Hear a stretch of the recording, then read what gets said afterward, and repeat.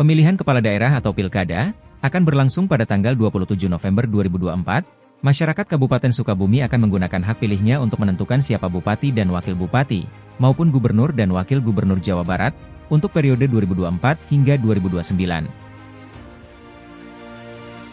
Namun, tidak sedikit masyarakat yang masih kebingungan untuk bisa menggunakan hak pilihnya di pilkada nanti, terutama bagi mereka yang telah melakukan pindah domisili, sehingga belum termasuk daftar pemilih tetap atau DPT di wilayah baru mereka.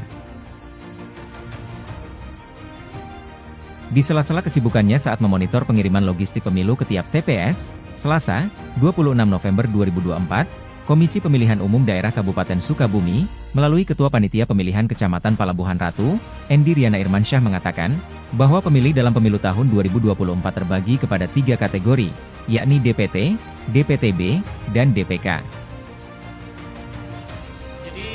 Untuk kategori pemilih itu ada 3. Yang pertama ada DPT, kemudian yang kedua ada DPTB, dan yang ketiga ada DPK.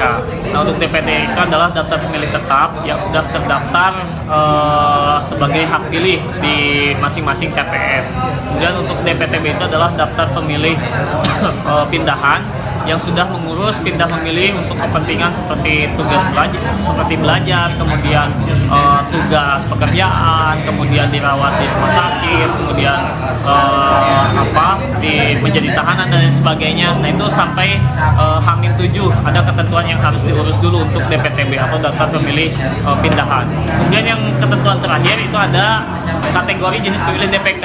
DPK ini adalah daftar pemilih khusus. Nah, menurut ketentuan terbaru itu bahwa untuk daftar pemilih khusus itu jadi misalnya seseorang sudah terdaftar di salah satu kecamatan misalnya, kemudian orang itu sudah mengurus pindah domisili masuk ke kecamatan kita misalnya atau ke wilayah alamat kita sesuai domisili dibuktikan dengan KTP elektronik atau IKD ya.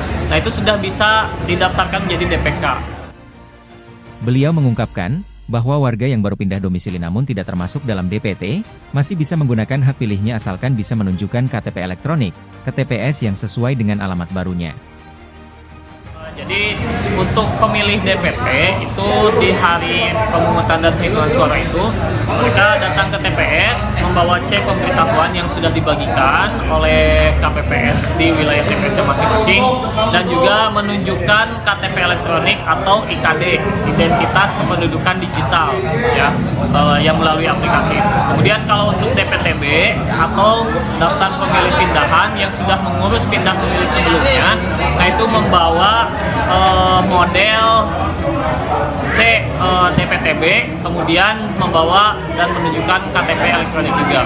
Dan selanjutnya untuk DPK, ya DPK juga untuk DPK itu pemilih yang belum terdaftar di DPT, kemudian dia sudah mengurus pindah memilih, ya atau dia warga di wilayah tersebut, tapi belum termasuk ke dalam daftar pemilih atau DPT, tapi harus dibuktikan dengan identitas kependudukan, diantaranya adalah KTP elektronik atau IKD tadi, identitas kependudukan digital.